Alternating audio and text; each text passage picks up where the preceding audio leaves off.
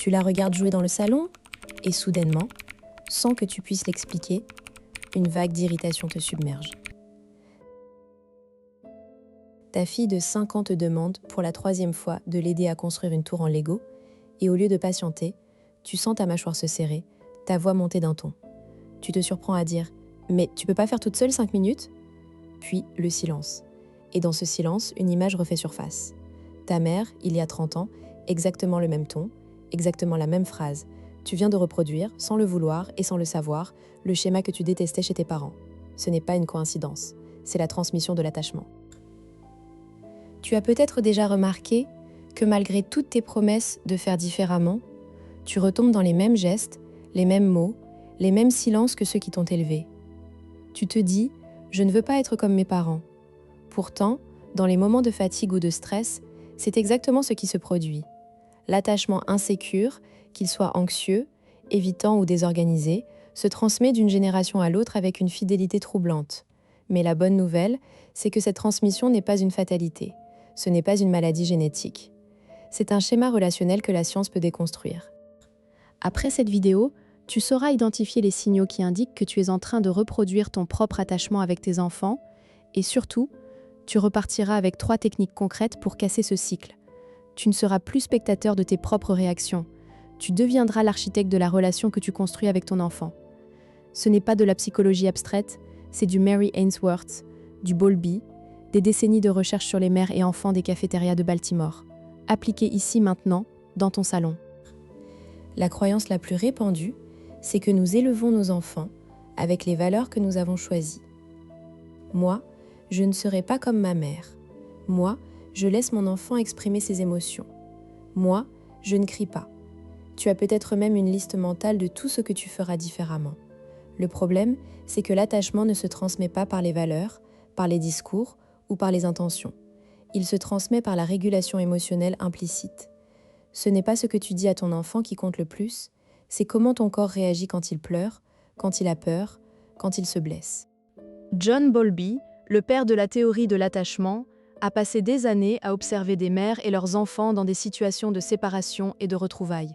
Ce qu'il a découvert, c'est que la qualité de la réponse de la mère, sa disponibilité, sa sensibilité, sa capacité à réconforter, prédit presque parfaitement le style d'attachement de l'enfant à l'âge adulte. Et ce qui est vertigineux, c'est que cette sensibilité, la mère l'a elle-même héritée de sa propre mère. Les mères sensibles ont généralement eu des mères sensibles.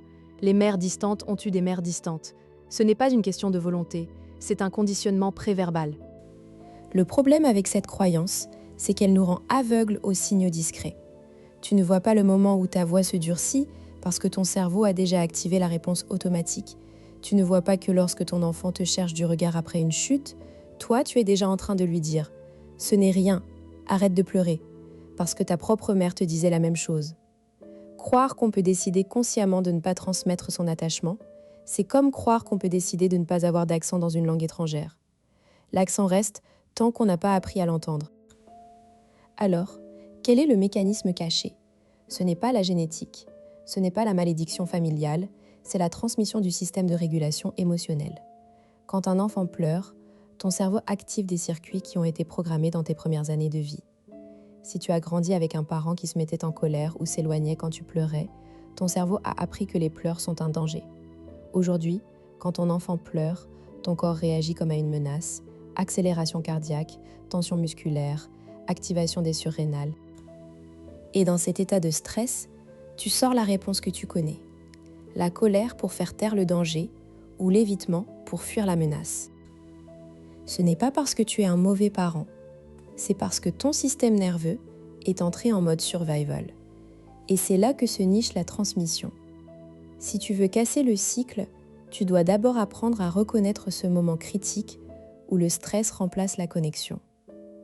Mary Main, une élève de Bowlby, a développé l'Adult Attachment Interview, qui permet de prédire le style d'attachement d'un enfant avant même sa naissance, en mesurant comment ses parents parlent de leur propre enfance. Ce n'est pas ce qui t'est arrivé qui compte, c'est la cohérence avec laquelle tu en parles. Si tu peux raconter ton enfance avec lucidité, sans contradiction, avec une certaine sérénité, tu as de bonnes chances de ne pas transmettre ton insécurité. Prends l'exemple d'Élodie, 34 ans, architecte à Nantes.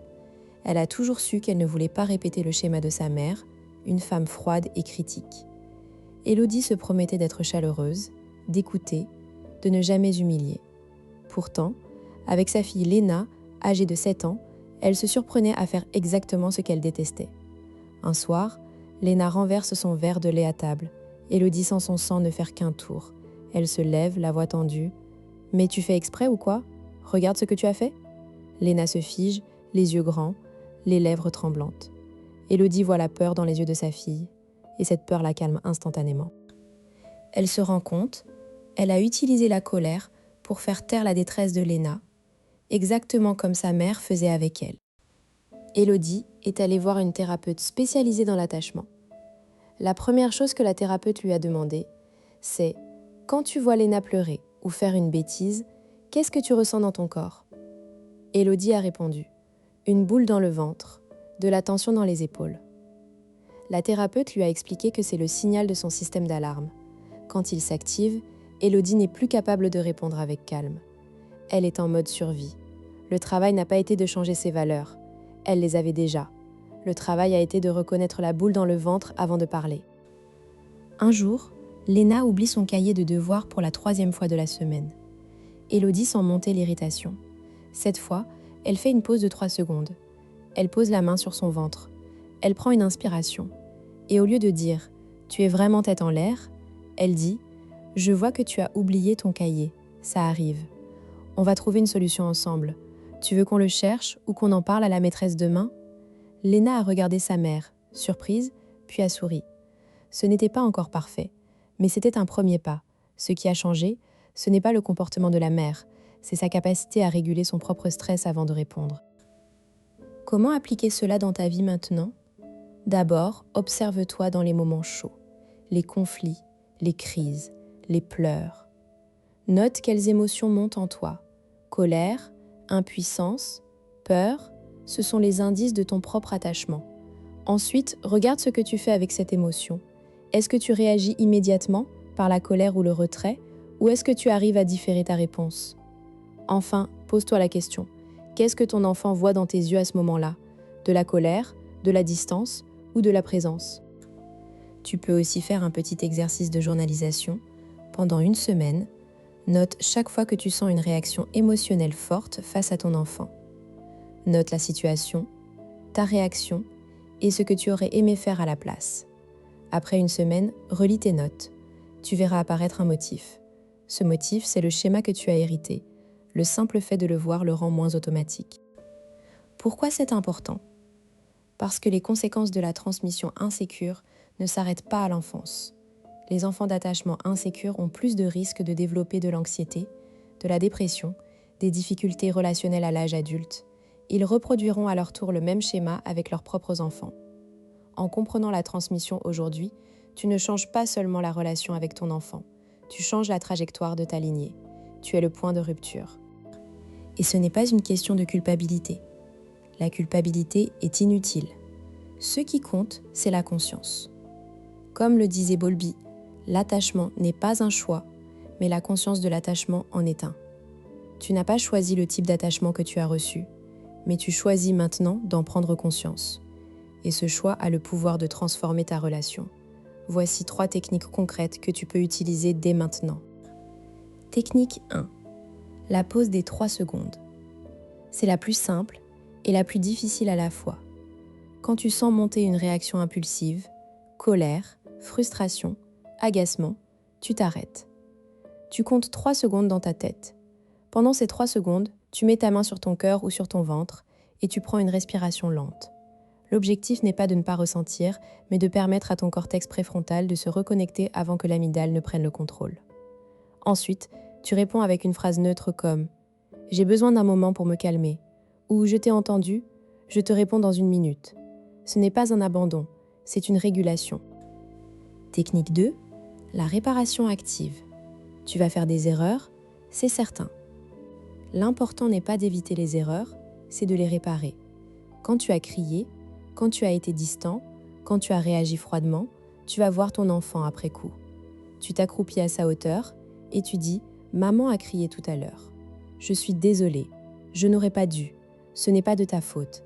J'étais fatiguée et j'ai mal réagi. Je t'aime. Ne justifie pas, n'explique pas, ne rajoute pas de reproches cachés.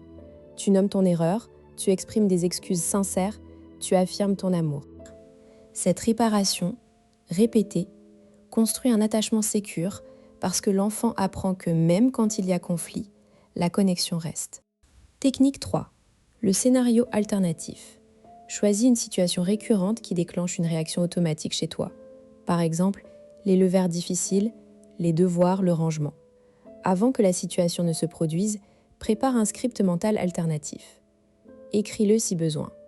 Par exemple, quand mon enfant refuse de faire ses devoirs, au lieu de dire « tu n'écoutes jamais », je vais dire « je vois que c'est difficile pour toi ».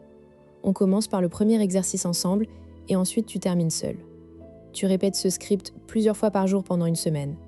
Le cerveau forme des connexions neuronales par la répétition, même mentale. Au bout de 7 jours, ton nouveau script commencera à devenir la réponse par défaut. Tu vas peut-être me dire « mais je suis déjà trop stressée pour penser à ces techniques en pleine crise ». C'est vrai, au début ce sera difficile. Tu vas oublier, tu vas replonger dans tes vieux schémas. Ce n'est pas grave, la progression n'est pas linéaire. L'important, c'est de faire une tentative. Une seule, puis une autre. La recherche montre qu'il faut environ 2000 répétitions pour créer une habitude stable. Tu n'es pas en retard. Tu commences aujourd'hui. Un autre objectif. Et si je n'ai pas été élevée avec de l'amour, est-ce que c'est trop tard pour moi? Non. L'attachement adulte peut évoluer. Les neurosciences ont montré que le cerveau conserve une plasticité émotionnelle tout au long de la vie. Les relations thérapeutiques, les relations amoureuses sécurisées, ou même des efforts conscients peuvent modifier ton modèle interne. Ce n'est pas facile, mais c'est possible. Tu n'es pas condamné à répéter, tu es invité à réparer. Alors, pour finir, retournons à cette image du début. Tu la regardes jouer.